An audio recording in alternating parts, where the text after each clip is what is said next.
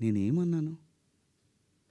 మనిషి ఆదిమానవుడు కోతి నుంచి మనిషిగా రూపాంతరం చెందిన తర్వాత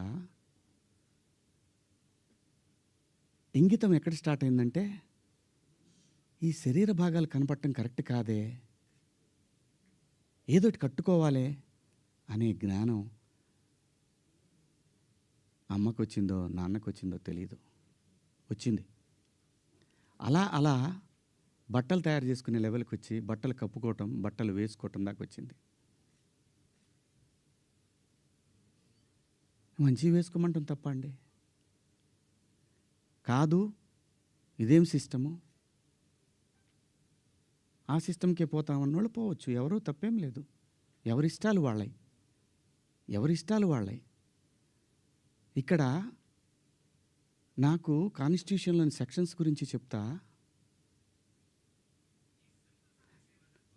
ఈ సెక్షన్ ప్రకారం మహిళల్ని అని చెప్పి టిఎఫ్ఐ ఉమెన్ వింగ్ పెట్టారు. చట్టం నాకు తెలుసు, కాన్స్టిట్యూషన్ చదువుకున్నాను. భారత రాజ్యాంగము హక్కులతో పాటు బాధ్యతలు కూడా ఇచ్చింది. న్యాయమూర్తి దగ్గర ఒక కేసు వెళ్ళినప్పుడు దాని తాలూకా ఇంటెన్షన్ చూస్తాడు. Provoking also crime, provoking also crime.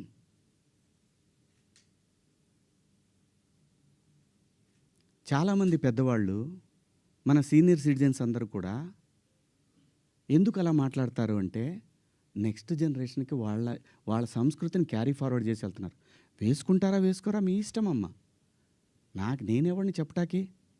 అలా పోయినప్పుడు ఆ పిల్ల ఇబ్బంది పడితే అది చూసి తట్టుకోలేక మాట్లాడానే తప్ప, ఎవరే బట్టలు వేసుకుంటే నాకేంటండి?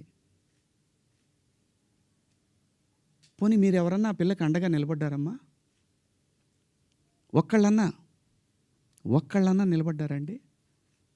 ఇది తప్పు, ఇంతమంది ఒక ఆడపిల్ల మీద దాడి చేయటం అని మాట్లాడారా? ఆ బిడ్డ కోసమే నేను మాట్లాడాను.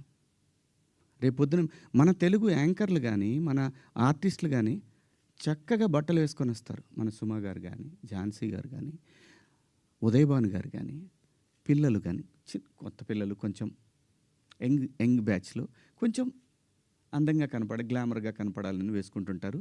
దానికి నెటిజన్స్ నుంచి వచ్చే సజెషన్స్ తోటి వాళ్ళు మార్చుకుంటారు. ఆ అమ్మాయి బయట నుంచి వచ్చిన అమ్మాయి.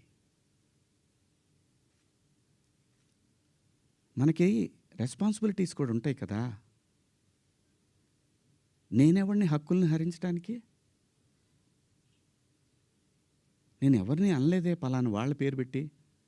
బలైంది ఎవరు? ఇప్పుడు ప్రజల చేతిలో బలైంది ఎవరు?